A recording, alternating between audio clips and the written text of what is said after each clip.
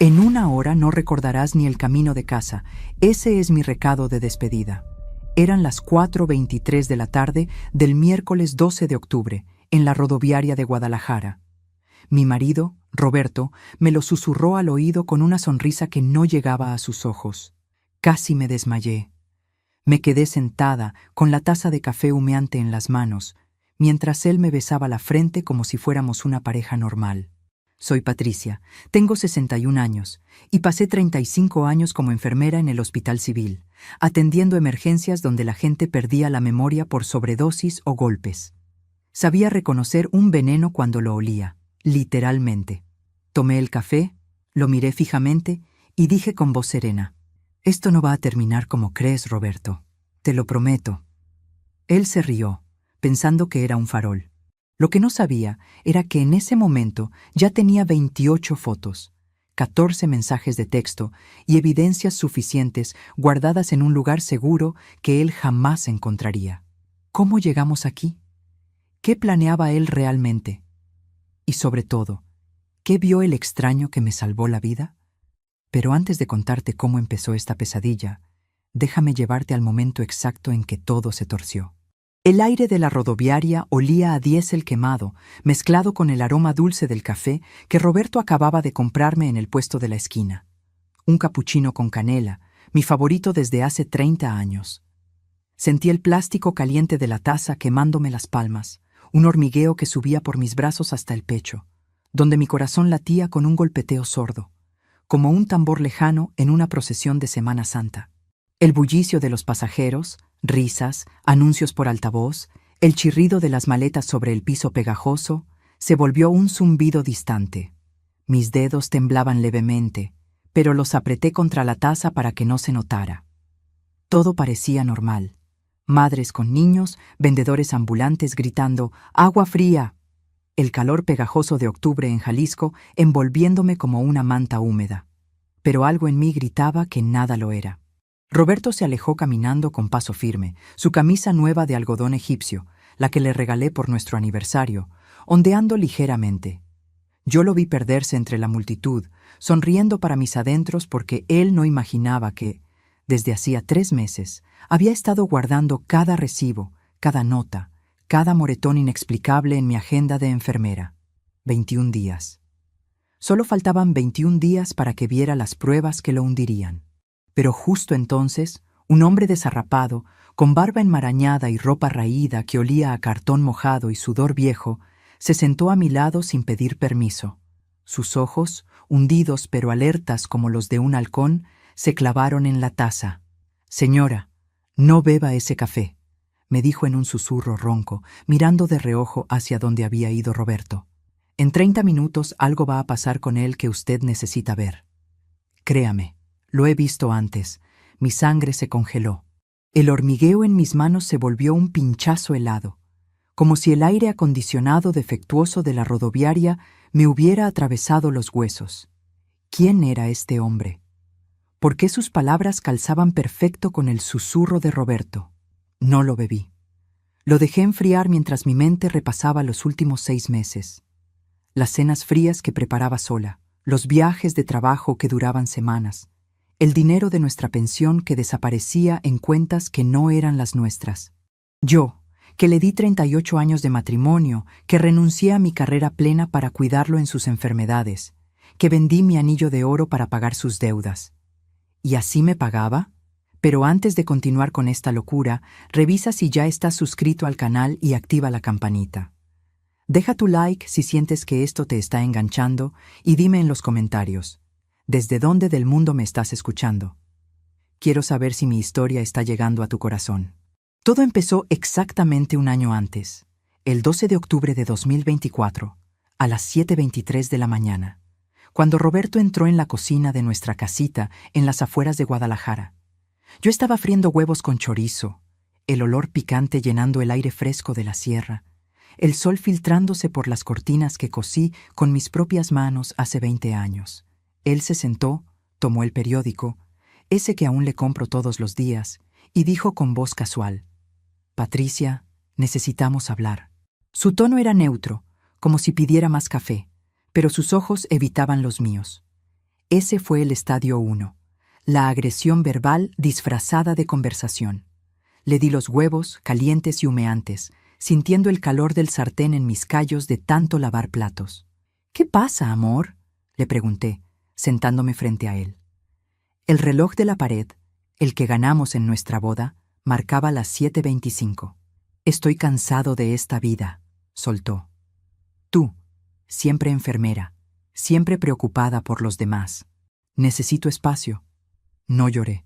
Sonreí, le serví más café, el bueno, de Veracruz, y dije: «Háblame claro, Roberto. La palabra de un hombre vale oro en esta casa». Él bufó, dejó el plato a medio comer y salió dando un portazo que hizo vibrar las tazas en el escurridor. Ese día planté la primera semilla. Tomé una foto del plato abandonado, con su tenedor clavado en la yema intacta. Evidencia número 1. Los días siguientes fueron un torbellino de excusas. «Es estrés del trabajo», decía. Pero yo notaba los detalles. Su teléfono siempre en silencio a las 8:14 de la noche, cuando antes me contaba todo. El perfume nuevo, dulzón y caro, que no era el mío. Las llamadas que cortaba cuando entraba a la habitación.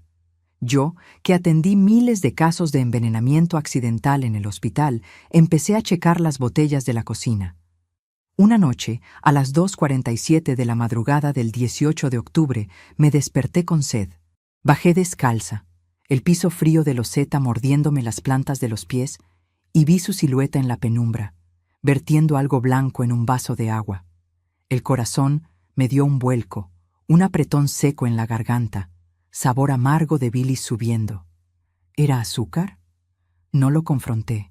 Me volví a la cama en silencio, pero al día siguiente guardé ese vaso en una bolsa Ziploc. Evidencia número 2. ¿Sabes qué fue lo peor? Que yo lo amaba aún. Le di todo. Mis ahorros de 35 años de turnos dobles, mi salud para cocinarle pozole los domingos, mi fe católica rezando por él en la Virgen de Zapopan. Lo crié en valores de honra familiar, de hasta que la muerte nos separe. Y él planeaba borrarme de su memoria. Pero espera, porque lo que pasó 3 semanas después, el 9 de noviembre a las 6:52 de la tarde, lo empeoró todo. Solo faltaban 18 días para mi promesa. ¿Quieres que te cuente cómo escaló su frialdad al siguiente nivel? El 9 de noviembre de 2024 amaneció nublado, con ese cielo gris que anuncia tormenta pero nunca llueve. Eran las 6:52 de la tarde cuando Roberto llegó a casa en un auto que no reconocí. Un BMW negro, modelo 2024, con asientos de cuero que debían costar más que nuestro refrigerador. Se estacionó en la entrada como si fuera suyo. Yo estaba regando las gardenias del jardín, las que planté cuando nos casamos hace 38 años, y el agua se me resbaló de las manos cuando lo vi bajar. Vestía traje gris oscuro, corbata italiana de seda, zapatos brillantes que reflejaban la luz mortecina del atardecer. Olía a colonia cara, a esa que cuesta 2.800 pesos el frasco y que yo jamás podría comprarle con mi pensión de enfermera. Me sonrió. Una sonrisa vacía, de plástico. «¿De quién es ese auto, Roberto?», le pregunté, manteniendo la voz firme, aunque por dentro sentía el estómago retorciéndose como una toalla exprimida. «De un amigo. Me lo prestó», dijo, pasando a mi lado sin besarme, sin siquiera mirarme a los ojos. Mentira. Esa fue mi primera palabra interna. Mentira. Porque los autos prestados no tienen llavero personalizado con sus iniciales. Lo vi brillar cuando sacó las llaves del bolsillo. RMG Roberto Martínez González. Ese auto era suyo. ¿Pero de dónde había sacado el dinero? Nuestra cuenta conjunta tenía 14.200 pesos. El retiro de pensión conjunto apenas alcanzaba para la luz, el agua y la comida. Lo que yo no sabía entonces era que Roberto había abierto otra cuenta. Una que descubriría 2 semanas después, el 23 de noviembre, cuando una carta certificada llegó a mi nombre con un error del banco. Pero ya llegaré a eso. Esa noche, a las 9:34, Roberto cenó en silencio el caldo de res que le preparé durante 3 horas. No dijo gracias. No dijo nada. Solo masticaba, mirando su teléfono, con esa expresión ausente de quien está en otro lugar, con otra persona. Yo lavé los platos con las manos temblando, el agua caliente quemándome los dedos agrietados por años de detergente, el olor a grasa flotando en el aire húmedo de la cocina. Cuando terminé, me senté frente a él en la mesa de madera vieja donde habíamos celebrado cada cumpleaños de nuestros hijos, cada Navidad, cada promesa rota. «Roberto, ¿me estás siendo infiel?», le pregunté con voz clara, sin lágrimas, mirándolo directo a los ojos. Él levantó la vista. Me miró como si fuera una mosca molesta, y dijo, con una calma que me heló la sangre: «¿Eso importa ya?». Eso fue el estadio 2, la acción cruel emocional. No me confirmó nada, no me negó nada, solo me dijo que ya no importaba, que yo ya no importaba. Me levanté de la mesa. Caminé hacia la habitación con la cabeza en alto, cerré la puerta y solo entonces, sentada en el borde de la cama que compartimos desde 1986, me permití temblar, pero no llorar. No aún. Porque el llanto es para cuando ya no hay nada que hacer, y yo aún tenía mucho por hacer. Al día siguiente, 10 de noviembre a las 10:17 de la mañana, mientras Roberto estaba supuestamente en el trabajo, abrí su closet. Olía a naftalina y a ese perfume dulzón que no era mío. En el bolsillo interior de su saco azul marino, el que usaba para las reuniones importantes, encontré un recibo: Hotel Fiesta Americana. Habitación 507.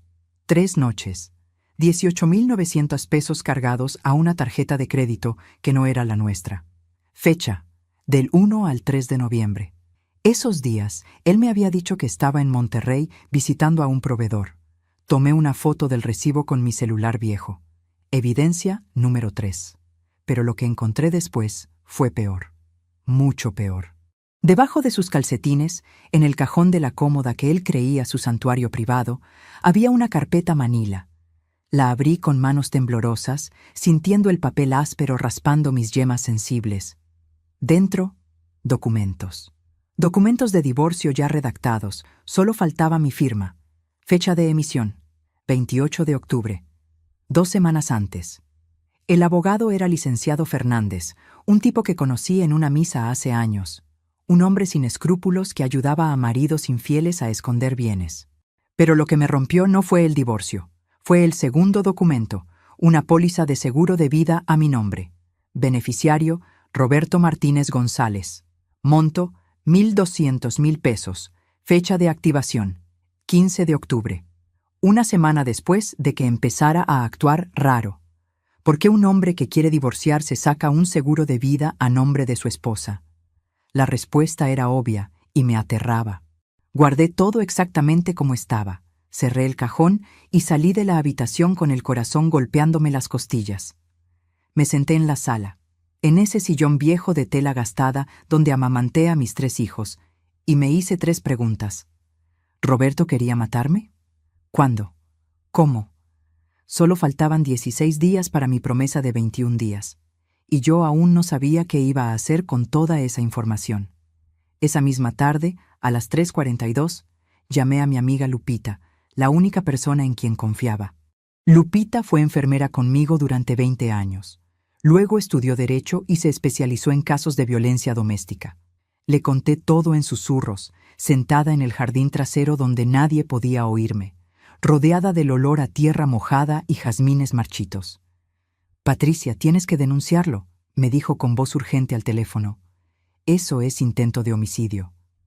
«No tengo pruebas suficientes, Lupita. Solo tengo el seguro, los recibos, sus mentiras. Eso no basta. Entonces consigue más. Documenta todo. Todo. Y no bebas nada que él te dé. Nada». Colgué el teléfono sintiendo el peso de esas palabras. No bebas nada que él te dé. Por eso, cuando 3 semanas después, el 12 de octubre de 2025, a las 4:23 de la tarde, Roberto me compró ese café en la rodoviaria y me susurró que en 1 hora no recordaría ni el camino de casa. Yo ya sabía que ese momento llegaría. Lo había estado esperando. Lo había estado documentando. Porque soy Patricia, 61 años, enfermera jubilada, experta en venenos y en hombres que subestiman a sus esposas. Y ese café, que ahora sostenía en mis manos temblorosas, con el extraño sentado a mi lado, advirtiéndome que no lo bebiera, era la confirmación de todo. Pero lo que pasó en los siguientes 30 minutos en esa rodoviaria, lo que ese hombre misterioso me hizo ver, cambió todo el plan que yo había trazado durante 12 meses.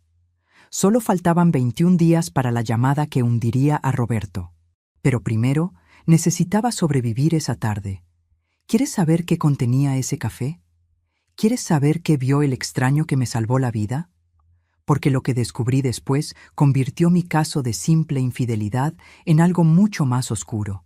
Los siguientes días fueron una obra de teatro macabra donde ambos fingíamos ser un matrimonio normal. Roberto salía a las 7:15 de la mañana, con su maletín de cuero y su sonrisa de plástico, y regresaba a las 9:43 de la noche oliendo a perfume que no era el mío. Yo cocinaba, limpiaba, sonreía y documentaba cada detalle en mi libreta de enfermera, esa que usaba para registrar signos vitales de pacientes, pero que ahora registraba los signos mortales de mi matrimonio.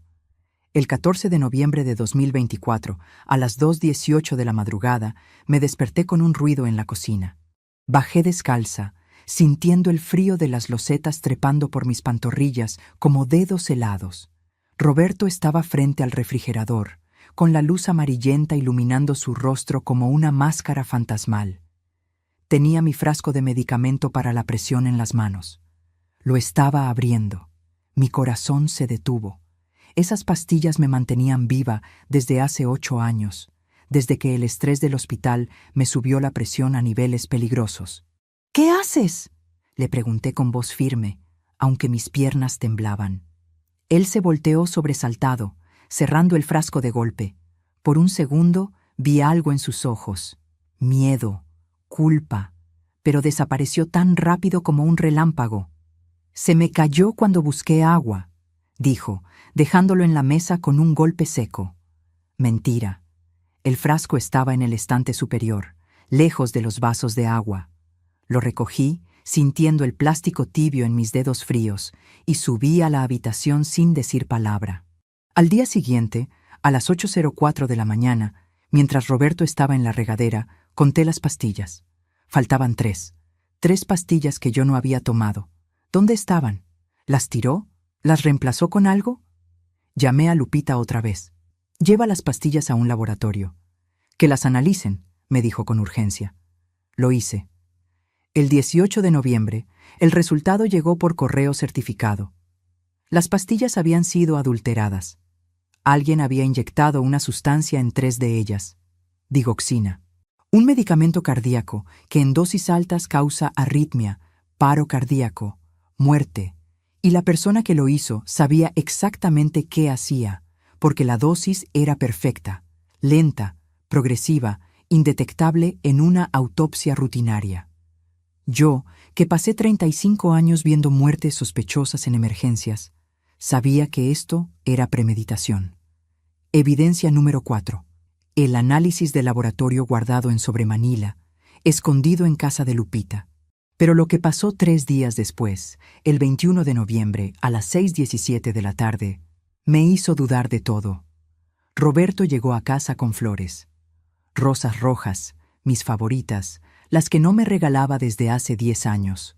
Traía también una caja de chocolates Ferrero Rocher y una tarjeta escrita a mano. «Perdóname, Patricia», me dijo, arrodillándose frente a mí en la sala, con lágrimas en los ojos que parecían reales. «He sido un idiota. Estoy estresado con el trabajo, con las deudas, con todo. Pero te amo. Siempre te he amado. Dame otra oportunidad». Por un momento, solo un momento microscópico, lo creí. Porque cuando amas a alguien durante 38 años, quieres creer que la persona que conociste sigue ahí, enterrada bajo las mentiras y la frialdad. Tomé las flores, oliendo su aroma dulce mezclado con el olor a humedad de nuestra sala. Lo abracé. Sentí su cuerpo tibio contra el mío, su corazón latiendo contra mi pecho. Y pensé, tal vez me equivoqué. Tal vez el seguro era solo precaución. Tal vez las pastillas fueron un error del farmacéutico. Esa noche cenamos juntos. Él cocinó. Por primera vez en meses, Roberto cocinó para mí. Espagueti a la boloñesa, con pan de ajo y vino tinto. Me sirvió en la vajilla buena, la que solo usamos en Navidad. Encendió velas, puso música suave, esa que bailamos en nuestra boda. Contigo aprendí, de Armando Manzanero. Yo lloré. Lloré de alivio, de esperanza, de agotamiento emocional. Y casi comí esa cena sin sospechar. Pero entonces, a las 8:52 de la noche, cuando Roberto fue al baño, mi entrenamiento de enfermera activó una alarma interna. Me levanté, caminé hacia la cocina y olí la olla de salsa boloñesa que aún estaba en la estufa. Había algo extraño, un olor metálico, casi imperceptible, debajo del ajo y el tomate. Tomé una cucharada, la vertí en un frasco pequeño que guardaba para muestras y la escondí en mi bolso. Luego regresé a la mesa, sonriendo. ¿Por qué no has probado?, me preguntó Roberto cuando volvió, mirando mi plato intacto. Estoy tan emocionada que se me quitó el hambre. Mentí, tocándome el corazón. Pero me lo llevaré para mañana. Él frunció el ceño. Solo un segundo. Pero lo vi. Esa mueca de frustración que intentó esconder con otra sonrisa. Entonces supe que mi instinto estaba en lo correcto. Esa noche, mientras él dormía a mi lado roncando suavemente, yo me quedé despierta mirando el techo, escuchando el tic-tac del reloj como una cuenta regresiva hacia mi muerte. A las 3:27 de la madrugada tomé una decisión. Si Roberto quería jugar al gato y el ratón, yo sería el ratón que muerde. Al día siguiente, 22 de noviembre a las 9:33 de la mañana, llevé la muestra de salsa al mismo laboratorio. El resultado llegó el 25 de noviembre. Anticongelante automotriz, etilenglicol, mezclado en pequeñas dosis. Sabor dulce, letal, perfecto para esconder en salsa de tomate. Causa insuficiencia renal, coma, muerte en 72 horas si la dosis es suficiente. Evidencia número 5. Y con eso, la false victory se derrumbó como castillo de naipes. Roberto no había cambiado. Roberto había refinado su plan. A veces confiamos demasiado en quienes no lo merecen, ¿verdad? Queremos creer que el amor puede salvar todo, que las personas cambian, que los votos matrimoniales significan algo. ¿Tú también has sido traicionado por alguien que amabas? ¿Alguien te hizo dudar de tu propia cordura? Comparte tu historia en los comentarios. Necesito saber que no estoy sola en esto, que hay otros que entienden lo que se siente cuando el amor se convierte en supervivencia. Después de esa cena envenenada, Roberto volvió a su rutina fría. Pero esta vez fue peor, porque ahora no solo me ignoraba, me observaba, como un científico observa una rata de laboratorio esperando que muera. El 28 de noviembre, mientras yo barría el patio trasero bajo el sol ardiente de mediodía, me desmayé. El calor, la presión, el estrés, todo se juntó y caí sobre las losetas calientes que me quemaron la mejilla. Desperté con la cara pegada al suelo, la boca llena de sabor a sangre y polvo. ¿Sabes dónde estaba Roberto? Dentro de la casa. Lo vi por la ventana de la cocina, mirándome, solo mirándome. No salió, no llamó a emergencias, no hizo nada. Se quedó ahí parado, con los brazos cruzados, esperando. Eso fue el estadio 3, frieza absoluta ante mi sufrimiento. Logré levantarme sola, con las piernas temblando como gelatina, la vista nublada por puntos negros que bailaban frente a mis ojos. Entré a la casa sosteniéndome de las paredes. Él seguía en la cocina, tomando café como si nada. ¿Por qué no me ayudaste?, le pregunté con voz débil, tocándome la mejilla hinchada. No te vi, mintió, sin siquiera mirarme. En ese momento supe que para Roberto yo ya estaba muerta. Solo faltaba el papeleo. Solo faltaba cobrar el seguro. Solo faltaban 14 días para mi promesa de 21 días. Y yo tenía 5 evidencias guardadas, pero necesitaba más. Necesitaba el golpe final. Porque cuando enfrentas a un monstruo, no puedes herirlo, tienes que destruirlo por completo. ¿Pero cómo? ¿Qué más podía hacer una enfermera jubilada de 61 años contra un hombre que claramente había planeado todo con precisión quirúrgica? La respuesta llegó una semana después, de la forma más inesperada. Y cuando lo descubrí, entendí que Roberto no estaba solo en esto. El 5 de diciembre de 2024, a las 11:42 de la mañana, sonó el timbre. Abrí la puerta y encontré a una mujer parada en el umbral. Tendría unos 35 años, cabello rubio teñido, uñas de acrílico color rojo sangre, vestido ajustado de marca Michael Kors, que costaba fácil 8.500 pesos, tacones Louboutin que brillaban bajo el sol como cuchillos. Olía a Chanel No. 5, ese perfume que cuesta 3.200 pesos y que yo jamás podría comprar con mi pensión de 6.800 pesos al mes. Ella me miró de arriba a abajo, evaluándome como se evalúa un mueble viejo antes de tirarlo a la basura. ¿Patricia?, preguntó con voz dulce que no llegaba a sus ojos fríos. «Sí, ¿quién la busca?», respondí, sintiendo un escalofrío recorrerme la columna vertebral a pesar del calor. «Soy Daniela, amiga de Roberto. Él me dijo que viniera a recoger unos documentos». Amiga. Esa palabra flotó en el aire entre nosotras como humo tóxico.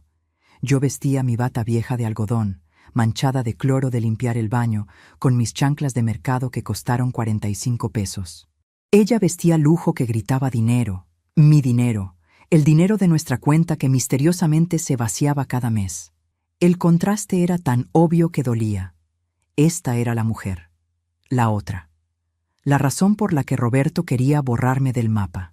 «No sé de qué documentos habla», dije con voz firme, sosteniéndome del marco de la puerta porque mis piernas amenazaban con fallar. Ella sonrió. Una sonrisa de tiburón. «Los documentos de divorcio. Roberto dijo que ya los firmaste. Vengo a recogerlos». Mentira. Yo no había firmado nada. Y el hecho de que ella supiera de esos documentos significaba que había estado en mi casa revisando nuestras cosas, planeando con Roberto mi eliminación. Algo dentro de mí se quebró. No de tristeza, de rabia. Una rabia fría, calculada, peligrosa. La sentí bajar por mi garganta como hielo quemante, instalarse en mi pecho, endurecer cada músculo de mi cuerpo, pero mantuve la compostura.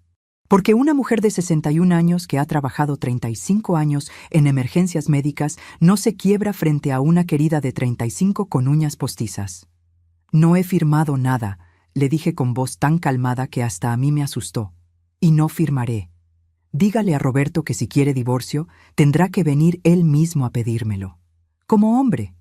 Ella entrecerró los ojos, se dio la vuelta y caminó hacia un Audi A4 rojo estacionado en mi entrada, ese que costaba mínimo 780.000 pesos. Mientras arrancaba, tomé mi teléfono y fotografié la placa. Evidencia número 6. Luego busqué en Google, Daniela Ruiz. Aparecieron varias fotos en redes sociales. Era gerente de ventas en la misma empresa donde Roberto supuestamente trabajaba. En una foto del 3 de noviembre estaban juntos en el Hotel Fiesta Americana, el mismo hotel del recibo que encontré. Ella etiquetó la foto. «Escapada de fin de semana con mi amor». Mi amor. Las palabras me quemaron los ojos, pero no lloré. Guardé las capturas de pantalla. Evidencia número 7. Esa noche, a las 10:16, Roberto llegó furioso. Entró dando un portazo que hizo temblar las paredes.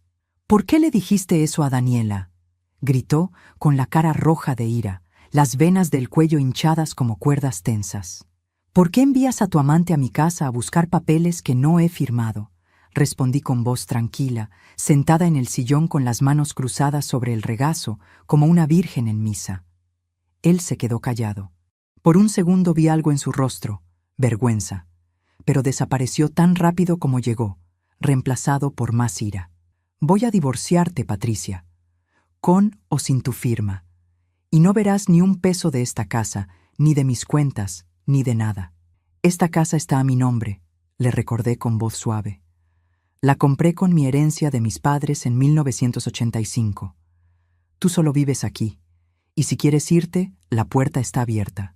Nunca olvidaré la expresión de su rostro en ese momento. Sorpresa, rabia y algo más profundo, miedo. Porque acababa de recordar que todo su plan tenía una falla. Yo era más inteligente de lo que él creía. Se dio la vuelta y salió de la casa azotando la puerta. No regresó esa noche, ni la siguiente. Durante 4 días, del 5 al 9 de diciembre, desapareció. Y yo usé esos días para investigar más. Contraté a un investigador privado que me costó 4.500 pesos, casi todo mi ahorro de ese mes. El 10 de diciembre, el investigador me entregó un informe que me congeló la sangre. Roberto y Daniela habían alquilado un departamento juntos en la zona rosa. Renta mensual, 18.000 pesos. Habían abierto una cuenta bancaria conjunta con 340.000 pesos que Roberto transfirió de nuestras cuentas de retiro sin mi conocimiento. Pero lo peor, lo absolutamente devastador, fue la última página del informe. Daniela estaba embarazada de 3 meses. El bebé era de Roberto, y ellos planeaban casarse en enero, justo después de que mi accidente ocurriera. Leí ese informe sentada en la sala vacía, con el silencio presionándome los oídos como agua profunda. Sentí náuseas, mareo, el sabor ácido de la bilis subiendo por mi garganta. Pero no vomité, no lloré. Guardé el informe en el sobre con las otras evidencias. Evidencia número 8. Solo faltaban 11 días para mi promesa de 21 días. Y ahora tenía todo lo que necesitaba. ¿Pero sería suficiente?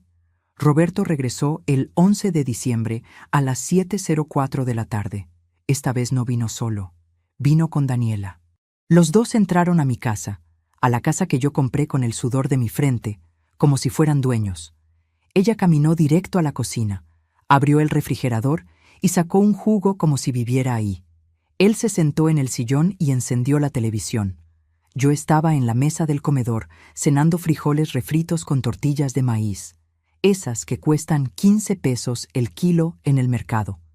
Ellos pidieron comida por aplicación, sushi de restaurante japonés, 1.240 pesos de pedido que Roberto pagó sin parpadear. El olor a salsa de soya y jengibre llenó mi cocina, mezclándose con el olor humilde de mis frijoles. El contraste era una bofetada. «Patricia, quiero presentarte oficialmente a Daniela», dijo Roberto con tono casual, como si me presentara a una prima lejana. «Ella vivirá aquí a partir de mañana. Puedes quedarte si quieres, pero tendrás que pagar renta, 6.000 pesos al mes, y limpiar. Daniela no limpia». El mundo se detuvo. Las palabras tardaron 3 segundos en penetrar mi cerebro. 6.000 pesos de renta en mi propia casa. Limpiar para la amante de mi marido. Vivir como sirvienta en el hogar que construí con mis manos. Eso fue el estadio 4, humillación pública y abandono emocional en mi propio territorio. Sentí la rabia subir como lava hirviendo, quemarme las venas, nublarme la vista con un velo rojo. Mis manos temblaron de furia contenida. Pero cuando hablé, mi voz salió calmada, casi dulce, como miel envenenada. «¿Sabes qué, Roberto? Tienes razón», dije sonriendo. «Soy solo una vieja inútil. ¿Qué podría hacer yo contra ustedes? Nada, absolutamente nada». Me levanté de la mesa, lavé mi plato en silencio mientras ellos comían sushi en mi sala, riéndose de algo en el teléfono de ella. Subí a mi habitación, cerré la puerta y me senté en la cama. No lloré, no grité, solo respiré. Inhalé, exhalé, conté hasta 10. Y entonces tomé mi teléfono y llamé a Lupita. «Es hora», le dije simplemente. «¿Estás segura?», preguntó ella. «Completamente. Activa el plan para el 2 de enero, tal como lo planeamos». Colgué. Miré por la ventana el jardín oscuro, donde las gardenias dormían bajo la luna llena. Solo faltaban 10 días para mi promesa de 21 días. Pero ahora el plan había cambiado, porque Roberto no solo me había traicionado, me había humillado, me había reemplazado, me había convertido en sirvienta en mi propio hogar. Y eso no lo perdonaría. Nunca. ¿Qué haría en esos 10 días finales? ¿Cómo sobreviviría compartiendo casa con el hombre que quería matarme y la mujer que me robó mi vida? La respuesta vendría de la forma más inesperada. Un sobre amarillo que llegaría 3 días después, el 14 de diciembre, con información que lo cambiaría absolutamente todo. El sobre amarillo llegó el 14 de diciembre de 2024 a las 2:37 de la tarde, entregado por mensajería privada. Firmé el recibo con manos temblorosas, mientras Roberto y Daniela dormían la siesta en mi habitación, en mi cama, bajo las sábanas que yo lavé durante 38 años.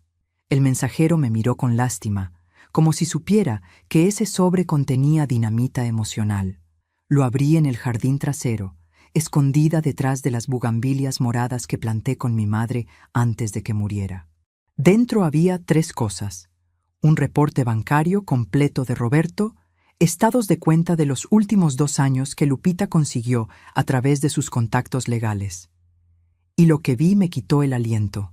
Roberto no solo había vaciado nuestras cuentas, había estado robándome sistemáticamente desde hacía 18 meses. Desde junio de 2023. Transferencias mensuales de mi pensión a cuentas que yo desconocía. 4,200 pesos en julio, 5,800 en agosto, 3,900 en septiembre. En total, 187,400 pesos robados. Casi 200,000 pesos que eran míos, ganados con turnos nocturnos de 12 horas, con manos agrietadas de lavar pacientes, con rodillas destrozadas de estar de pie durante décadas. Pero eso no fue lo peor. El segundo documento era una póliza de vida adicional, una que yo no sabía que existía. Fecha de apertura: 15 de marzo de 2024, hace 9 meses. Monto: 2,400,000 pesos. Beneficiario: Roberto Martínez González. Firma: falsificada. Mi firma, imitada con precisión escalofriante en documentos que nunca vi. Esto significaba que Roberto llevaba meses planeando mi muerte. No fue improvisación, no fue impulso, fue premeditación fría, calculada, meticulosa. Él estudió cómo matarme, cuándo, cómo cobrar el seguro sin levantar sospechas. Y lo hizo todo mientras yo le cocinaba, le lavaba la ropa, le sonreía en las mañanas. El tercer documento me partió en 2. Era un contrato de compra de un departamento en Puerto Vallarta. Valor: 3,200,000 pesos. Fecha de compra planeada: 15 de enero de 2025. Comprador: Roberto Martínez González y Daniela Ruiz. Forma de pago: efectivo, proveniente del seguro de vida de Patricia Herrera. Tenían todo planeado: mi muerte, el cobro del seguro, la luna de miel en un departamento de playa comprado con mi muerte. Mientras leía esto sentada en la tierra húmeda del jardín, con el olor a jazmín mezclándose con el sabor metálico de la rabia en mi boca, algo dentro de mí murió. No el amor. Eso había muerto hace semanas. Murió la mujer ingenua que creyó en votos matrimoniales, en promesas de amor eterno, en que las personas buenas reciben bondad. Nació otra Patricia, una fría, calculadora, dispuesta a hacer lo que fuera necesario para sobrevivir. Guardé los documentos en la bolsa Ziploc con las otras evidencias. Evidencia número 9, 10 y 11. Luego entré a la casa. Subí las escaleras con pasos silenciosos y abrí la puerta de mi habitación. Roberto y Daniela dormían abrazados, su ropa tirada en el piso, el olor a sexo flotando en el aire como insulto adicional. Los miré durante 3 minutos completos. Roberto roncaba suavemente, con la boca abierta, vulnerable. Daniela tenía la mano sobre su pecho, una sonrisa soñadora en los labios. Por un momento, solo un momento brevísimo, consideré despertarlos a gritos, confrontarlos con las evidencias, exigir explicaciones. Pero no lo hice, porque cuando tu enemigo no sabe que conoces su plan, tienes ventaja, y yo necesitaba cada ventaja posible. Cerré la puerta en silencio, bajé a la cocina y llamé a Lupita. «Lo tengo todo», le dije con voz temblorosa. «Las pólizas falsificadas, el robo sistemático, el departamento en Puerto Vallarta. Es premeditación total. Patricia, esto es suficiente para demanda penal, fraude, intento de homicidio, falsificación de documentos. Roberto puede ir a la cárcel por 15 años». «Todavía no», respondí, sintiendo el plan formarse en mi mente como rompecabezas. «Quiero que cometa un error más, uno definitivo. El 2 de enero, cuando intente cobrar ese seguro, ahí lo atrapamos, con las autoridades esperando, con evidencia irrefutable, con testigos. ¿Estás segura de esperar tanto? Solo faltan 8 días para tu promesa de 21 días. ¿Y si intenta algo antes? No lo hará. Ya revisé su calendario. Tiene planeado el accidente para el 29 de diciembre durante un viaje que supuestamente haremos a Chapala. Pero yo no iré a ese viaje. El 27 de diciembre me mudaré a tu casa y lo dejaré pensando que gané. Colgué sintiendo el peso del plan sobre mis hombros. Solo faltaban 7 días para esa mudanza estratégica. Mientras te cuento esto desde la distancia del tiempo, me pregunto, ¿desde dónde podrías estar escuchándome? ¿Desde Ciudad de México, desde Buenos Aires, desde Madrid? Escribe el nombre de tu ciudad en los comentarios. Me encantaría saber hasta dónde han llegado estas palabras. ¿Hasta cuántos corazones ha tocado mi historia de supervivencia? Los siguientes días fueron teatro puro. Yo fingía resignación, debilidad, derrota. Limpiaba para Daniela con la cabeza agachada, cocinaba para Roberto sin quejarme, aceptaba insultos con sonrisas temblorosas. Pero cada noche, a las 11:47 cuando ellos dormían, yo bajaba a la cocina, fotografiaba conversaciones en el teléfono de Roberto que dejaba cargando en la mesa, copiaba documentos de su maletín, grababa audio de sus conversaciones con Daniela planeando mi accidente en Chapala. Evidencias 12, 13, 14, 15. Un arsenal legal que los hundiría. El 20 de diciembre, a las 4:16 de la tarde, Roberto me llamó a la sala. Daniela estaba sentada a su lado en el sillón, acariciándose la barriga donde crecía su bebé de 4 meses. Ambos me miraron con expresión seria, como padres a punto de regañar a una niña. «Patricia, hemos tomado una decisión», dijo Roberto con voz firme. «El 29 de diciembre iremos a Chapala, tú y yo solos, como último viaje de despedida de nuestro matrimonio. Daniela se quedará aquí. Cuando regresemos, firmarás los papeles de divorcio. Si cooperas, te daremos 50,000 pesos para que alquiles un cuarto en algún lado. Si no cooperas, te irás sin nada. ¿Entendido?» Ahí estaba, la confirmación, el plan expuesto con arrogancia de quien cree que ya ganó.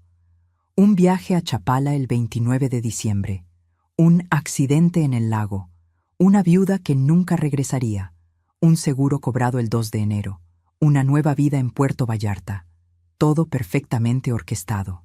Lo que Roberto no sabía era que ese viaje jamás sucedería, porque el 27 de diciembre, 2 días antes, yo desaparecería de su vida. Pero primero necesitaba verlo dar un paso más, un paso irrevocable. «Está bien, Roberto», dije con voz sumisa, bajando la mirada como esposa obediente. «Iré contigo a Chapala y firmaré lo que quieras. Solo déjame vivir en paz mis últimos años». Él sonrió. Daniela también. Una sonrisa de victoria que me dio náuseas. Pero mantuve la compostura. Me levanté, fui a mi habitación, cerré la puerta y solo entonces me permití temblar. Caí de rodillas junto a la cama, abrazándome el estómago, sintiendo arcadas de ansiedad subir por mi garganta. Las lágrimas finalmente llegaron, calientes y amargas, mojando la alfombra vieja donde mis hijos jugaron de bebés. Lloré en silencio durante 11 minutos exactos. Luego me lavé la cara con agua fría, me miré al espejo y me hice una promesa. Sobreviviría. No importaba cómo. Sobreviviría y vería a Roberto pagar por cada mentira, cada robo, cada plan de asesinarme. El 23 de diciembre, 3 días antes de mi escape planeado, algo inesperado sucedió. Llegó un paquete a mi nombre. Dentro había un teléfono celular nuevo, un iPhone 13 sin registrar y una nota escrita a mano. «Patricia, sé lo que planean. Tengo pruebas adicionales. Llámame a este número cuando estés sola. Firmado. Alguien que también fue víctima de Roberto». Un número de teléfono anotado abajo. Mi corazón se aceleró. ¿Quién era esta persona? ¿Cómo sabían del plan? ¿Era trampa de Roberto o ayuda genuina? Solo había una forma de averiguarlo. Esa noche, a las 2:14 de la madrugada, marqué el número. Una voz de mujer joven contestó al tercer timbre. «Patricia, gracias por llamar. Mi nombre es Sofía. Fui esposa de Roberto antes que tú. Y él intentó matarme también». El mundo se volcó. Roberto había estado casado antes. Él me dijo que yo era su primera esposa. Su único amor. Otra mentira. Otra capa de engaño. ¿Cuántas más habría? Cuéntame todo, le dije con voz firme, grabando la llamada en el teléfono que Lupita me había dado. Necesito saber con quién estoy tratando realmente. Y lo que Sofía me contó en los siguientes 40 minutos cambió cada plan que había trazado, porque Roberto no era solo un infiel, no era solo un ladrón, era un asesino serial de esposas, y yo estaba a punto de convertirme en su tercera víctima. Solo faltaban 5 días para la fecha prometida en mi amenaza de 21 días. Pero ahora, con esta información, el plan tendría que acelerarse. ¿Podría hacerlo? ¿Tendría tiempo de reunir toda la evidencia necesaria antes de que Roberto ejecutara su plan en Chapala? La respuesta llegaría 48 horas después, de la forma más aterradora posible. Sofía habló durante 40 minutos sin parar, con voz temblorosa que contenía años de trauma. Me contó cómo conoció a Roberto en 2010, cuando ella tenía 29 años y trabajaba como contadora en Monterrey. Se casaron en 2011. Durante los primeros 2 años todo fue perfecto. Flores cada semana, viajes románticos, promesas de amor eterno. Pero en 2013, Roberto empezó a cambiar. Las mismas señales que yo vi: frialdad, llamadas secretas, dinero desapareciendo de cuentas conjuntas. Y luego, en octubre de 2014, Roberto sacó un seguro de vida a nombre de ella sin su conocimiento. Beneficiario: él. Monto: 800,000 pesos. Empecé a sentirme enferma todo el tiempo, me contó Sofía con voz quebrada. Náuseas, mareos, palpitaciones. Los doctores decían que era ansiedad, pero yo sabía que algo más pasaba. Hasta que un día, en diciembre de 2014, mi hermana vino de visita. Ella es química. Olió mi café y me dijo que tenía un aroma extraño. Lo llevamos a analizar. Arsénico. Roberto me estaba envenenando lentamente con arsénico. Mi sangre se heló. Las palabras flotaron en el aire frío de la madrugada como fantasmas acusadores. Arsénico. El mismo veneno que usaron los nazis, los envenenadores clásicos, los asesinos pacientes que esperan meses para que la víctima muera de causas naturales. ¿Qué hiciste?, le pregunté, apretando el teléfono hasta que mis nudillos se pusieron blancos. Huí. Tomé el análisis de laboratorio, junté todas las pruebas que pude y huí a casa de mi hermana en Tijuana. Puse una demanda. Pero Roberto tenía contactos. El caso se perdió por falta de evidencia. Los documentos desaparecieron del juzgado. Los testigos se retractaron. Y Roberto quedó libre. Se divorció de mí alegando abandono de hogar. Me dejó sin nada.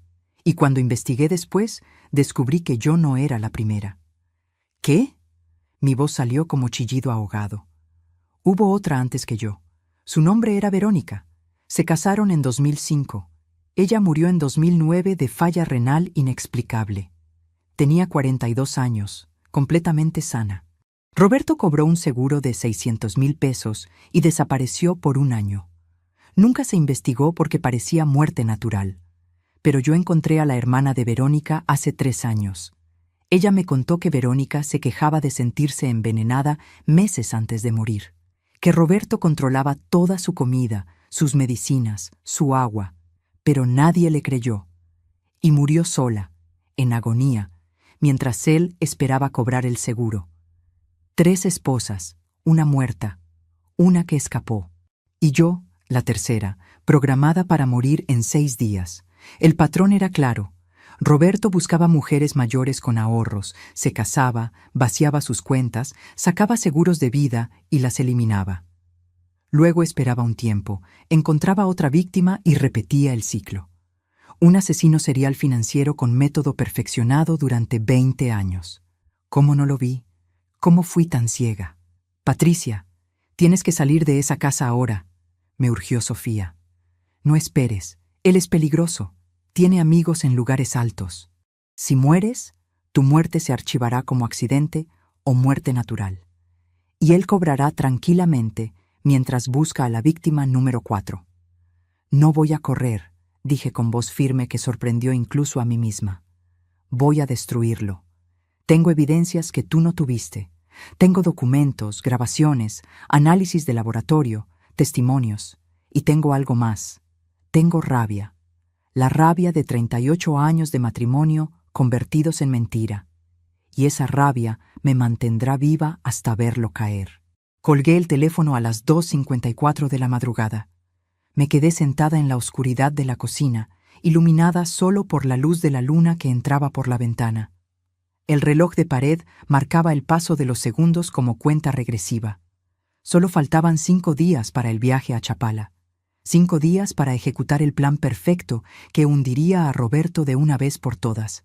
Y ahora tenía el testimonio de Sofía como evidencia 15. Un patrón de comportamiento criminal que ningún juez podría ignorar.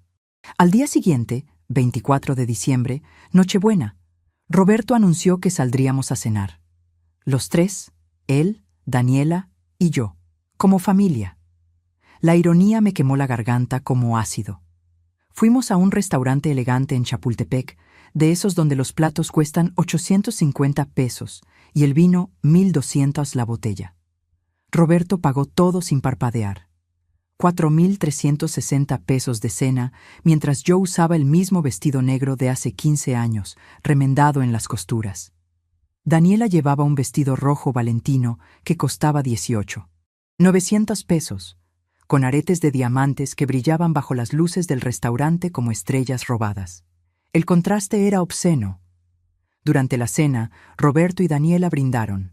Con champagne Moet de 2,400 pesos la botella, levantaron sus copas y dijeron al unísono: «Por nueva vida, por nuevos comienzos». Me miraron sonriendo, esperando que yo brindara también. Tomé mi copa de agua simple, la levanté y dije con voz serena: «Por la justicia, que siempre llega cuando menos se espera». Brindamos. Ellos rieron pensando que era broma. Yo sonreí sabiendo que era profecía. Después de la cena, mientras caminábamos hacia el auto, vi algo que me partió. Roberto tomó la mano de Daniela, la besó y le susurró al oído algo que logré escuchar. «En 5 días seremos ricos. En 5 días seremos libres. Y estaremos en Puerto Vallarta celebrando mientras ella descansa en el fondo del lago». Daniela se rió. Una risa cristalina, alegre, de quien celebra la muerte de otra persona como si fuera premio de lotería. Eso fue el estadio 6. La celebración activa, gozosa, maliciosa de mi sufrimiento futuro. Tomé mi teléfono discretamente y grabé esas palabras. Evidencia 16. Confesión directa grabada en audio de alta calidad. Esa noche, mientras ellos dormían después de tener sexo en mi cama por tercera vez esa semana, yo bajé a la sala. Eran las 3:47 de la madrugada del 25 de diciembre, Navidad. Extendí en la mesa del comedor todas las evidencias que había recolectado durante 3 meses. Las conté una por una, organizándolas cronológicamente, como expediente médico que documentara una enfermedad fatal. Evidencia 1. Foto del plato abandonado, 12 de octubre de 2024. Evidencia 2. Vaso con sustancia sospechosa, 18 de octubre. Evidencia 3. Recibo del Hotel Fiesta Americana, 10 de noviembre. Evidencia 4. Análisis de laboratorio mostrando digoxina en mis pastillas, 18 de noviembre. Evidencia 5. Muestra de salsa boloñesa con anticongelante, 25 de noviembre. Evidencia 6. Foto de placa del auto de Daniela, 5 de diciembre. Evidencia 7. Capturas de pantalla de redes sociales, 5 de diciembre. Evidencia 8. Informe de investigador privado, 10 de diciembre. Evidencia 9. Reporte bancario mostrando robo de 187,400 pesos, 14 de diciembre. Evidencia 10. Póliza de vida falsificada de 2,400,000 pesos, 14 de diciembre. Evidencia 11. Contrato de compra del departamento en Puerto Vallarta, 14 de diciembre. Evidencia 12. Fotografías de conversaciones del teléfono de Roberto, 15-19 de diciembre. Evidencia 13. Copia de documentos del maletín de Roberto, 15-19 de diciembre. Evidencia 14. Grabaciones de audio planeando el accidente, 15-19 de diciembre. Evidencia 15. Testimonio de Sofía sobre intento de asesinato previo, 23 de diciembre. Evidencia 16. Grabación de Roberto confesando el plan de matarme en Chapala, 24 de diciembre. 16 evidencias. Un arsenal legal completo. Pruebas de intento de homicidio, fraude, robo, falsificación de documentos, bigamia emocional. Suficiente para 20 años de cárcel. Las fotografié todas, las escaneé usando mi teléfono. Envié copias a 3 correos diferentes, el de Lupita, el mío y uno en la nube que creé específicamente para esto. Luego guardé los originales en una caja fuerte que alquilé en el banco 2 semanas antes. Clave de acceso. Solo yo la sabía. Si algo me pasaba, Lupita tenía instrucciones de abrir esa caja y entregar todo a la policía. Miré el reloj.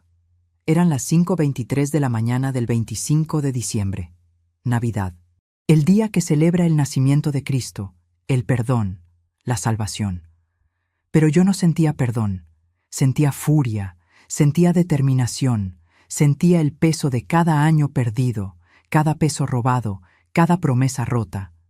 Le di 38 años de mi vida, le di mi juventud lavando su ropa, le di mis ahorros pagando sus deudas, le di mi fe creyendo en sus mentiras, le di mi cuerpo en noches donde él pensaba en otras. Le di todo, y él me dio veneno en mi café, arsénico en mis pastillas, anticongelante en mi comida, y un plan para ahogarme en Chapala mientras cobraba 2.400.000 pesos de mi muerte. Pero ya no más. Ya no sería la víctima silenciosa que él esperaba. Sería su peor pesadilla, porque una enfermera de 61 años que pasó 35 años salvando vidas conoce perfectamente cómo se pierde una vida y conoce cómo se documenta la evidencia para que ningún criminal escape. ¿Sabes qué es lo más peligroso del mundo? No es un león rugiente, no es un tiburón hambriento, es una mujer paciente, tranquila, que ha sido subestimada toda su vida y finalmente decide demostrar de qué está hecha realmente. El 26 de diciembre, a las 11:02 de la mañana, llamé a Lupita por última vez antes de ejecutar el plan. Mañana a las 4:00 de la mañana vendrás por mí. Llevaré solo una maleta con ropa y las copias de emergencia. Todo lo demás está en la caja fuerte del banco. El 27 a las 9:00 de la mañana presentaremos la demanda formal en la Fiscalía. Tengo reunión programada con el fiscal Hernández, el que no acepta sobornos. Le daremos todas las evidencias. Y el 29, cuando Roberto vaya solo a Chapala esperándome, encontrará a la policía esperándolo con orden de aprehensión. Patricia, ¿estás completamente segura? Una vez que hagamos esto, no hay vuelta atrás. Roberto puede reaccionar violentamente cuando descubra que lo traicionaste. Él me traicionó primero. Durante 18 meses, planeó matarme, robó mi dinero, reemplazó mi amor con otra mujer 26 años menor, durmió en mi cama con ella mientras yo limpiaba sus platos. Ya no tengo miedo, Lupita, solo tengo claridad.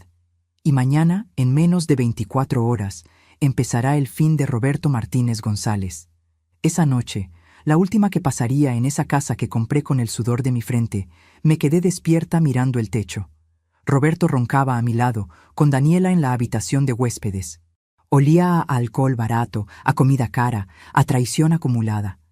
Giré la cabeza y lo miré. Este hombre que prometió amarme hasta que la muerte nos separara. Este hombre que ahora planeaba que esa muerte llegara en 3 días. Sentí algo extraño. No odio. Lástima. Lástima por un hombre tan vacío por dentro que necesitaba matar esposas para sentirse vivo. Tan patético que su único talento era mentir. Tan débil que necesitaba veneno en lugar de valor. Me levanté a las 3:47 de la madrugada del 27 de diciembre. Tomé mi maleta que había preparado durante días, escondida en el closet bajo ropa vieja.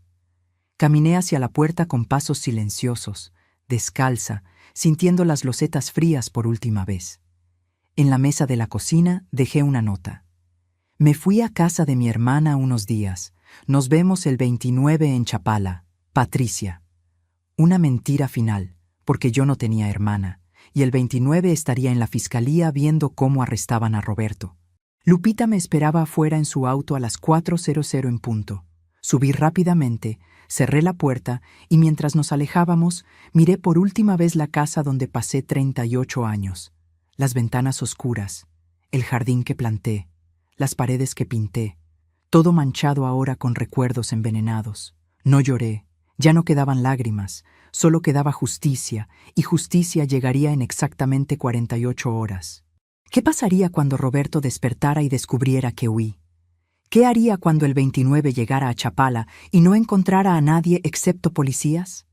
La respuesta vendría más rápido de lo que imaginé, y sería más violenta de lo que temí.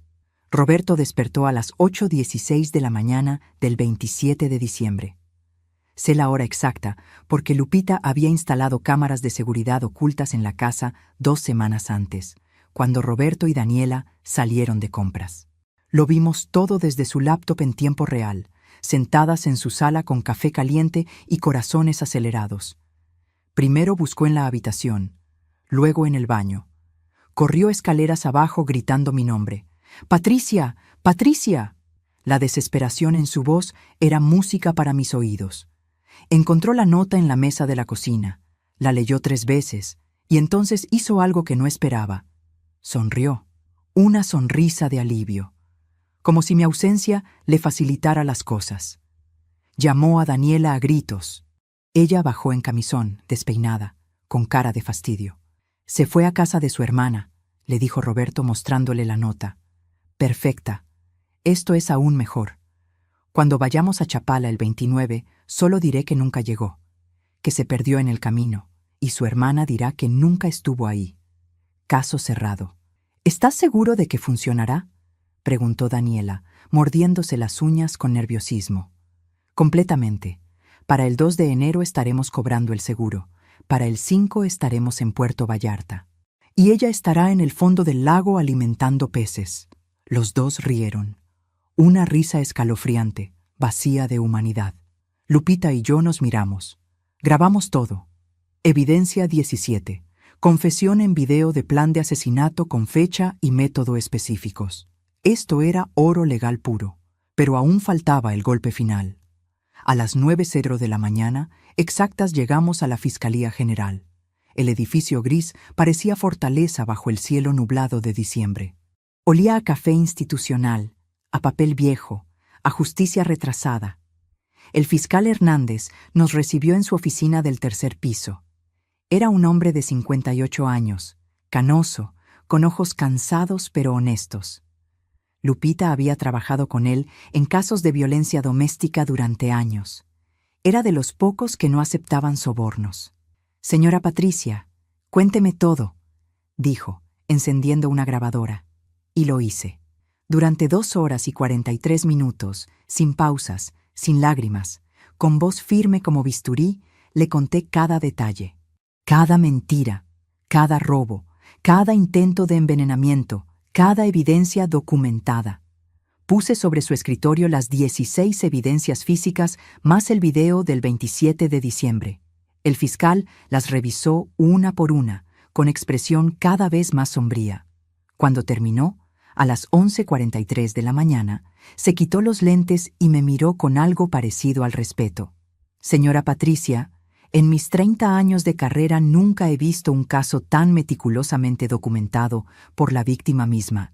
Esto es suficiente para 25 años de cárcel, intento de homicidio premeditado, fraude, robo agravado, falsificación de documentos, y con el testimonio de la exesposa Sofía tenemos patrón de comportamiento criminal. Voy a emitir orden de aprehensión inmediata. No esperaremos al 29. Lo arrestaremos hoy mismo». Mi corazón dio un salto. Hoy Roberto pagaría. Hoy, exactamente 21 días después de mi promesa, en ese momento imaginario que yo había planeado, la justicia llegaría. Pero yo había modificado el plan. No sería el 2 de enero como prometí. Sería ahora, el 27 de diciembre a las 2:00 de la tarde. «Hay una condición», dije con voz firme. «Quiero estar presente cuando lo arresten. Quiero ver su cara cuando entienda que perdió». El fiscal dudó. Lupita me miró con preocupación. pero asentí con determinación. Necesito cerrar este capítulo mirándolo a los ojos. He ganado ese derecho. El fiscal finalmente accedió. A las 1:47 de la tarde, 3 patrullas y una unidad de investigación salieron hacia mi casa. Yo iba en el auto del fiscal, con Lupita a mi lado sosteniéndome la mano que temblaba involuntariamente. Mientras nos acercábamos, los recuerdos inundaron mi mente. La boda en 1986, nuestro primer beso bajo la lluvia, el nacimiento de nuestros 3 hijos, las promesas de amor eterno hechas frente a Dios y familia. Todo mentira, todo calculado, todo destruido por la avaricia de un hombre vacío. Llegamos a las 2:04 de la tarde. Las patrullas se estacionaron bloqueando la entrada. 8 policías bajaron con chalecos antibalas y armas desenfundadas. El fiscal Hernández tocó la puerta. Roberto abrió en camiseta y pantalones, con cara de confusión que rápidamente se transformó en pánico cuando vio las placas. ¿Roberto Martínez González?, preguntó el fiscal con voz oficial. Sí, soy yo. ¿Qué pasa? Su voz temblaba ligeramente. Tiene orden de aprehensión por intento de homicidio premeditado, fraude y falsificación de documentos. Tiene derecho a permanecer callado. Cualquier cosa que diga puede ser usada en su contra. La cara de Roberto se volvió blanca como papel. Sus ojos buscaron explicación, negación, escape. Y entonces me vio, bajando del auto del fiscal, caminando hacia él con pasos firmes, con la cabeza en alto, con dignidad que él intentó robarme. Sus ojos se abrieron en shock total. «Patricia, ¿qué hiciste?» «Lo que tú nunca creíste que podría hacer», dije con voz serena, casi dulce. «Sobrevivir, documentar, vencer. Estás loca, no tienes pruebas de nada. Esto es acoso, es mentira». El fiscal sacó una carpeta manila, la misma que yo le había entregado esa mañana. Tenemos 16 evidencias físicas, análisis de laboratorio de 3 intentos de envenenamiento, grabaciones de audio y video de usted planeando asesinarla, documentos bancarios mostrando robo de 187, 400 pesos, pólizas de vida falsificadas y testimonio de su exesposa Sofía detallando un patrón de comportamiento idéntico. ¿Quiere que siga?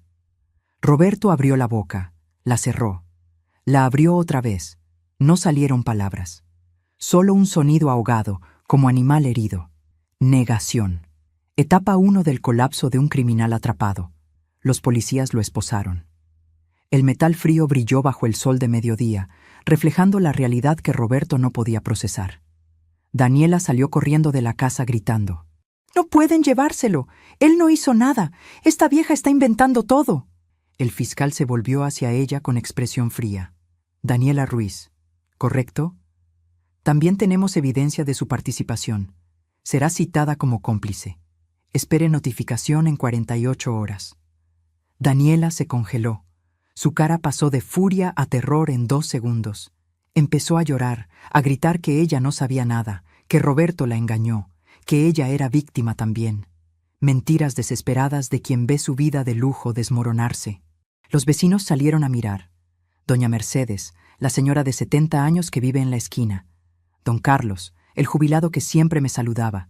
La familia Ramírez con sus 4 hijos. Todos vieron cómo la policía metía a Roberto en la patrulla mientras él gritaba mi nombre. «Patricia, perdóname. No quería hacerlo. Fue idea de Daniela. Te amo. Siempre te he amado». Mentiras hasta el final. Pero ahora su voz sonaba diferente. Sonaba a miedo. Etapa 2.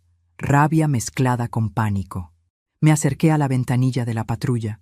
Me agaché hasta quedar a la altura de sus ojos y le dije con voz tan calmada que me asustó incluso a mí. ¿Recuerdas lo que te dije hace 21 días, Roberto? Que recibirías una llamada que cambiaría todo. Mentí. No fue una llamada. Fue esto. Fue la justicia tocando tu puerta. Fue el fin de tu reinado de terror contra mujeres indefensas. Y ahora pasarás los próximos 25 años en una celda recordando cómo una enfermera de 61 años te destruyó usando tu propia arrogancia contra ti. Sus ojos se llenaron de lágrimas. Lágrimas falsas, últimas, patéticas. Etapa 3. Miedo absoluto de quien entiende que perdió todo. La patrulla arrancó llevándoselo, con las sirenas sonando como campanas de funeral. Lo vi alejarse por la calle donde habíamos caminado juntos durante 38 años, donde habíamos planeado envejecer juntos, donde él había planeado matarme. Y sentí vacío, no triunfo, no alegría, solo el vacío de una vida entera construida sobre mentiras que finalmente colapsaron. Lupita me abrazó. Lloré en su hombro, no de tristeza, sino de agotamiento, de alivio, de liberación. El fiscal se acercó y puso una mano en mi hombro. Señora Patricia, es usted la mujer más valiente que he conocido, y le aseguro que Roberto Martínez no saldrá libre en lo que le queda de vida. Regresé a casa de Lupita esa tarde sintiéndome extraña, como si flotara fuera de mi cuerpo. Acababa de ganar, acababa de sobrevivir, acababa de demostrar que una mujer mayor, subestimada, catalogada como vieja inútil, puede ser más peligrosa que cualquier hombre con veneno. Pero algo me inquietaba, un detalle que no cuadraba. Y esa noche, a las 11:34, mientras revisaba las evidencias por última vez, lo entendí. El extraño en la rodoviaria. El hombre que me advirtió sobre el café el 12 de octubre. Ese momento aún no lo había vivido. Era el futuro. O más bien, era el pasado que aún necesitaba explicación. Porque todo había cambiado cuando huí el 27. Pero el gancho inicial prometía un encuentro en la rodoviaria el 12 de octubre de 2025. ¿Qué pasó realmente ese día? La respuesta vendría en el juicio, 6 semanas después, y sería la revelación más aterradora de todas. El juicio comenzó el 3 de febrero de 2025, en el Juzgado Penal número 4 de Guadalajara. La sala olía a madera vieja, a documentos amarillentos, a tensión acumulada de 100 casos de injusticia. Yo llegué a las 8:47 de la mañana con Lupita, vestida con mi traje azul marino que compré en el mercado por 340 pesos, remendado pero digno.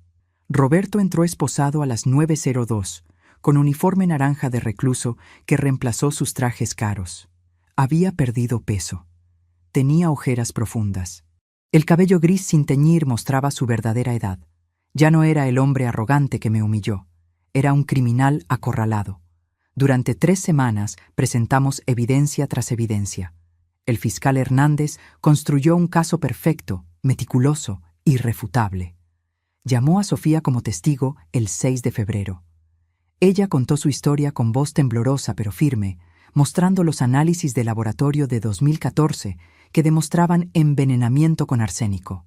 Roberto la miraba con odio, pero no podía negar nada. Luego llamaron a la hermana de Verónica, la primera esposa. Ella trajo certificado de defunción. Muerte por falla renal inexplicable en 2009. Trajo también un diario que Verónica escribió los últimos meses de su vida. El fiscal leyó en voz alta. Octubre 15, 2009. Me siento cada vez peor. Roberto insiste en que tome las vitaminas que me compra, pero después me mareo terriblemente. Anoche soñé que me moría. Desperté sudando, con el corazón acelerado. A veces pienso que Roberto quiere que muera. Pero eso es locura, ¿verdad? Él me ama. Él me lo dice todos los días. El silencio en la sala fue absoluto, escalofriante. La jueza, una mujer de 55 años con rostro severo, miró a Roberto con disgusto evidente. 3 esposas, 3 intentos, una muerta. Patrón claro. El abogado defensor intentó argumentar que era coincidencia, que no había prueba directa de que Roberto causó la muerte de Verónica. Pero el fiscal presentó entonces los documentos bancarios de 2009. Roberto cobró 600,000 pesos de seguro 2 semanas después del funeral. Nunca investigó la muerte. Nunca pidió autopsia completa. Simplemente cobró y desapareció. El 17 de febrero fue mi turno de testificar. Subí al estrado con piernas temblorosas, sintiendo los ojos de 100 personas clavados en mi espalda. La fiscal adjunta me hizo preguntas durante 2 horas y 14 minutos. Respondí cada una con voz firme, sin llorar, sin quebrarme. Cuando terminó, El abogado defensor intentó desacreditarme. Señora Patricia, ¿no es cierto que usted y Roberto tenían problemas maritales desde hace años? ¿Que esto es simplemente venganza de una esposa despechada? Lo miré directo a los ojos. Señor abogado, si quisiera venganza, habría envenenado a Roberto como él intentó envenenarme a mí. Pero yo no soy asesina, soy sobreviviente. Y la diferencia entre nosotros es que yo tengo evidencia. Él solo tiene mentiras. La sala estalló en murmullos. La jueza golpeó el mazo. Roberto me miraba con odio puro, con rabia contenida que hacía temblar sus manos esposadas. Daniela también estaba siendo juzgada como cómplice. Sentada 3 filas atrás, lloraba constantemente, con el vientre abultado de 7 meses de embarazo. El fiscal había demostrado que ella sabía del plan, que participó activamente, que ayudó a Roberto a falsificar documentos y planear el accidente en Chapala. Su defensa argumentaba que estaba manipulada, que era víctima también. Pero las grabaciones demostraban lo contrario.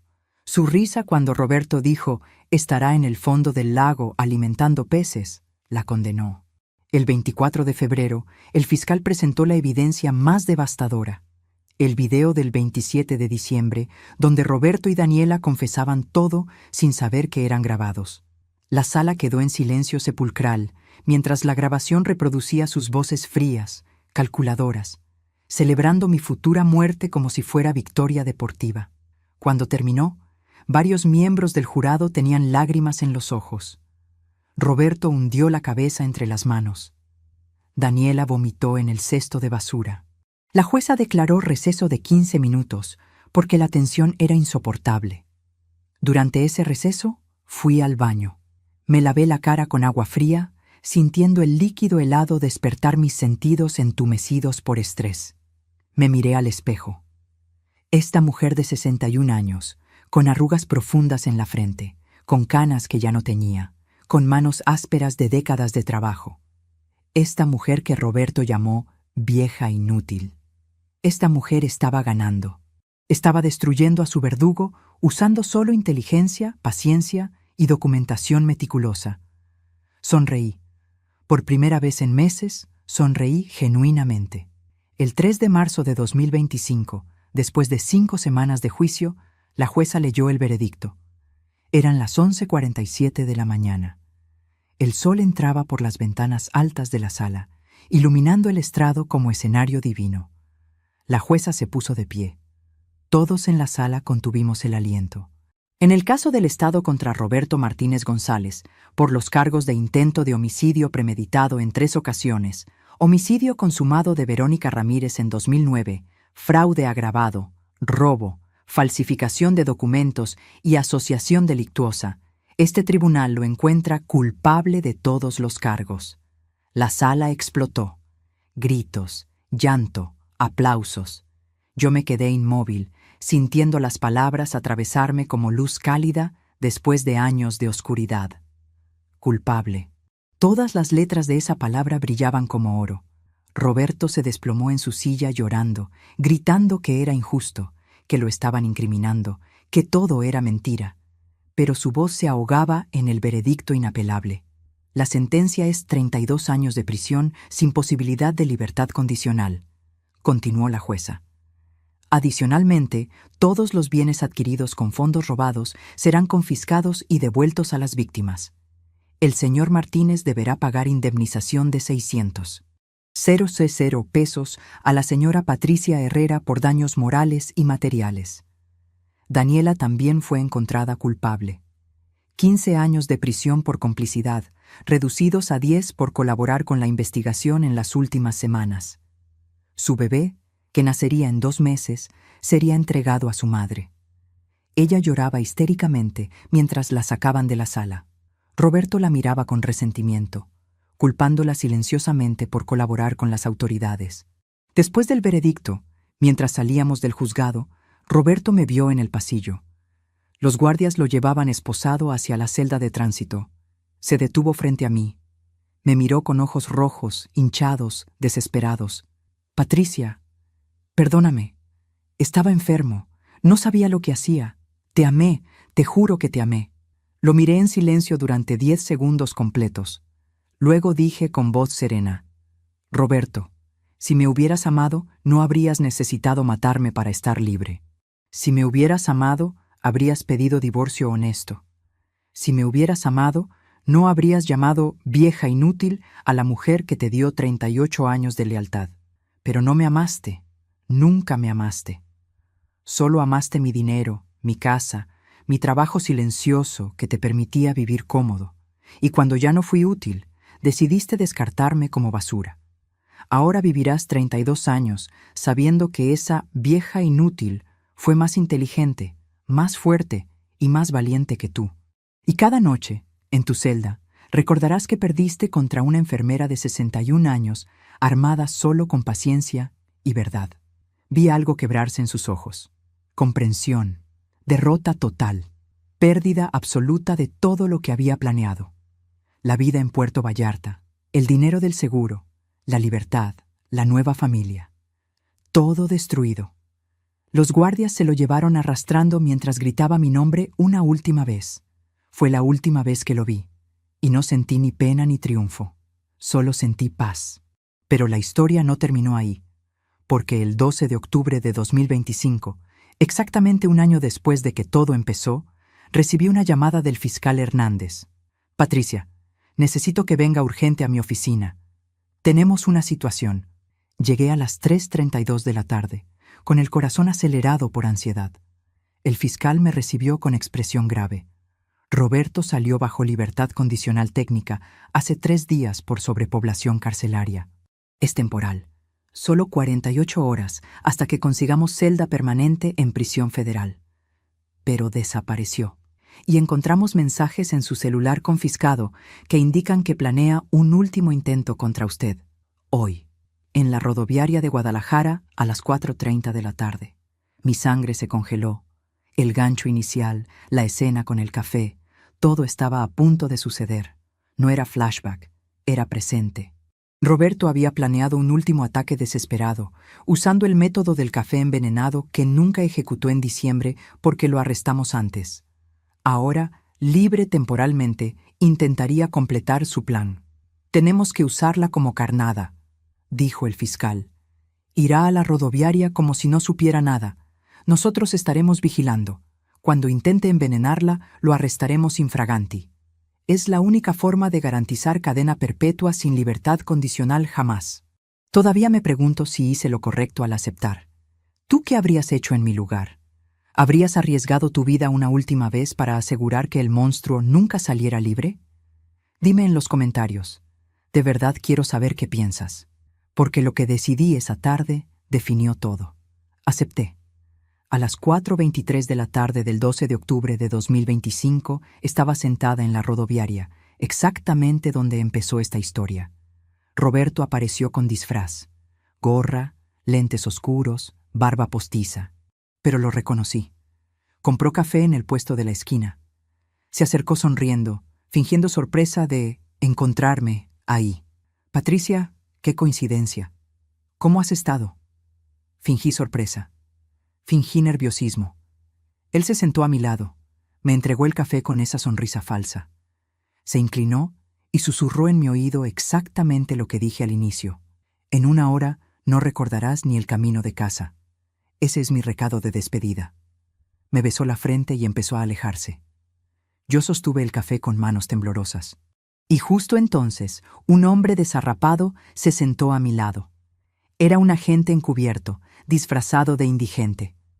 Señora, no beba ese café. En 30 minutos algo va a pasar con él que usted necesita ver. 20 agentes salieron de sus posiciones ocultas. Rodearon a Roberto antes de que pudiera salir de la rodoviaria. Lo arrestaron con el frasco de veneno aún en su bolsillo. Cianuro líquido, suficiente para matar en 15 minutos. Suficiente para que yo muriera antes de que cualquier doctor pudiera ayudarme. Roberto gritó, peleó, pero fue inútil. Esta vez no habría libertad condicional. Esta vez sería cadena perpetua. Lo vi ser llevado otra vez, definitivamente, sabiendo que pasaría el resto de su vida en prisión. Y sí, sentí algo. no alegría, sino cierre. Finalmente, después de un año de terror, documentación, juicio y supervivencia, todo había terminado. Han pasado 14 meses desde ese día en la rodoviaria. 14 meses desde que vi a Roberto ser llevado por última vez, con esposas que no se quitarán en lo que le quede de vida. Hoy es diciembre de 2026. Tengo 62 años recién cumplidos. Vivo en una casita pequeña que compré con la indemnización de 600,000 pesos en las afueras de Tlaquepaque, rodeada de jacarandás que florecen morados cada primavera. Es modesta, con 2 habitaciones, cocina que huele a canela y café, jardín donde siembro gardenias como las que tenía en mi antigua casa. Pero esta casa es diferente. Esta casa tiene paz. Trabajo 3 días a la semana como voluntaria en el Hospital Civil, el mismo donde pasé 35 años salvando vidas. Ahora ayudo en el área de trabajo social, asesorando a mujeres víctimas de violencia doméstica. Les enseño a documentar, les enseño a sobrevivir, les enseño que una mujer paciente, preparada, con evidencia sólida, puede vencer a cualquier monstruo. Hasta ahora he ayudado a 17 mujeres a escapar de matrimonios peligrosos. 3 de esas mujeres viven hoy porque aprendieron las mismas técnicas que yo usé. Documentación meticulosa, análisis de laboratorio, guardado de evidencias en lugares seguros. Una de ellas me llama mamá. Dice que le salvé la vida. Pero fue ella quien se salvó. Yo solo le mostré el camino. Sofía, la segunda esposa de Roberto, se convirtió en mi amiga cercana. Nos vemos 2 veces al mes para tomar café. Café que preparamos nosotras mismas, que probamos frente a la otra, riéndonos del trauma compartido que ya no nos controla. Ella abrió una fundación que ayuda a víctimas de envenenamiento doméstico, algo que ni siquiera sabía que existía hasta que lo vivió. Llevamos el caso de Verónica, la primera esposa de Roberto, a reapertura. Con las nuevas evidencias del juicio, la Fiscalía exhumó su cuerpo en marzo de 2025. La autopsia reveló niveles letales de talio en sus huesos, un veneno lento que causa falla orgánica múltiple. Roberto fue acusado formalmente de homicidio en primer grado. Su sentencia se extendió a cadena perpetua sin posibilidad de apelación. Verónica finalmente tuvo justicia, 15 años después de su muerte silenciosa. Daniela dio a luz en prisión en abril de 2025. Un niño que lleva el apellido de su madre, no el de Roberto. Ella cumple su sentencia de 10 años, pero ha cambiado. Me escribió una carta hace 6 meses pidiendo perdón. Decía que Roberto la manipuló, que le prometió vida de lujo, que la cegó con dinero robado y sueños falsos. Decía que ahora entiende el dolor que me causó, que lamenta cada risa, cada insulto, cada momento de crueldad. Tardé 3 semanas en responder. Finalmente le escribí: el perdón no es para ti, es para mí, para liberarme del peso de tu traición. Te perdono no porque lo merezcas, sino porque yo merezco paz. Nunca respondió, pero supe por Lupita que llora cada vez que lee esa carta. Algunas heridas no sanan, solo se aprende a vivir con ellas. Mis 3 hijos, que al principio no creían mi historia, que pensaban que exageraba, que me acusaban de destruir a su padre, finalmente vieron las evidencias durante el juicio. Mi hija mayor, Carolina, me pidió perdón llorando durante 2 horas en mi nueva sala. Dijo que había sido ciega, que defendió a Roberto cuando debió defenderme a mí, que nunca imaginó que su padre fuera capaz de tanto mal. Ahora viene a visitarme cada domingo con mis nietos. Les cocino pozole, les cuento historias, les enseño que la sangre no garantiza la lealtad, que familia verdadera no es quien comparte tu apellido, sino quien está junto a ti cuando el mundo se derrumba. Hay algo que nunca conté en el juicio, algo que descubrí una semana después del veredicto, cuando revisaba las pertenencias que recuperé de mi antigua casa. Entre las cajas de fotos viejas, encontré un diario que Roberto escribió entre 2008 y 2009. Era de cuando estuvo casado con Verónica. Leí cada página con manos temblorosas, con el corazón golpeándome las costillas, y ahí, en su letra pequeña y meticulosa, estaba la verdad completa. Roberto no solo planeó matarlas, disfrutó haciéndolo. Escribió sobre el experimento, sobre observar la degradación física, sobre perfeccionar el método para la próxima. Verónica no fue su primera víctima. Hubo otra antes, una novia en 2003 que murió de accidente automovilístico. Pero el diario revelaba que Roberto cortó los frenos de su auto después de que ella amenazara con dejarlo. Entregué el diario a las autoridades en abril de 2025. Reabrieron 4 casos de muertes sospechosas vinculadas a Roberto entre 2001 y 2024. Encontraron evidencia en 3. Roberto no era solo un asesino de esposas. Era un depredador serial que usaba matrimonio como método de caza. La prensa lo llamó el viudo negro de Jalisco. Su caso se estudia ahora en academias de policía como ejemplo de psicopatía financiera y violencia de género sistemática. Y yo, la mujer que él llamó vieja inútil, soy citada en conferencias como ejemplo de supervivencia y resiliencia. Pero la lección que aprendí no es sobre venganza, no es sobre victoria. Es sobre algo más profundo: dignidad. Durante 38 años construí mi vida alrededor de un hombre que no merecía ni un día de mi tiempo. Renuncié a mis sueños, a mi carrera plena, a mi independencia, porque creí que el matrimonio significaba sacrificio total. Creí que amar era desaparecer. Creí que ser buena esposa era ser invisible. Y casi me cuesta la vida. La verdad es esta: el amor no te pide que te destruyas. El amor no te pide que ignores señales de peligro. El amor no te pide que permanezcas en situaciones que te matan lentamente. Yo le di todo a Roberto. Le di mis mejores años, mi dinero, mi salud, mi fe. Le di todo. Y él me dio veneno. Pero al final descubrí algo más valioso que cualquier matrimonio. Me descubrí a mí misma. Descubrí que soy más fuerte de lo que creí, más inteligente de lo que me dijeron, más capaz de lo que imaginé. Descubrí que una mujer de 61 años, con evidencia y determinación, puede derrotar a cualquier enemigo. Y esa lección, esa certeza de mi propio poder, nadie puede quitármela jamás.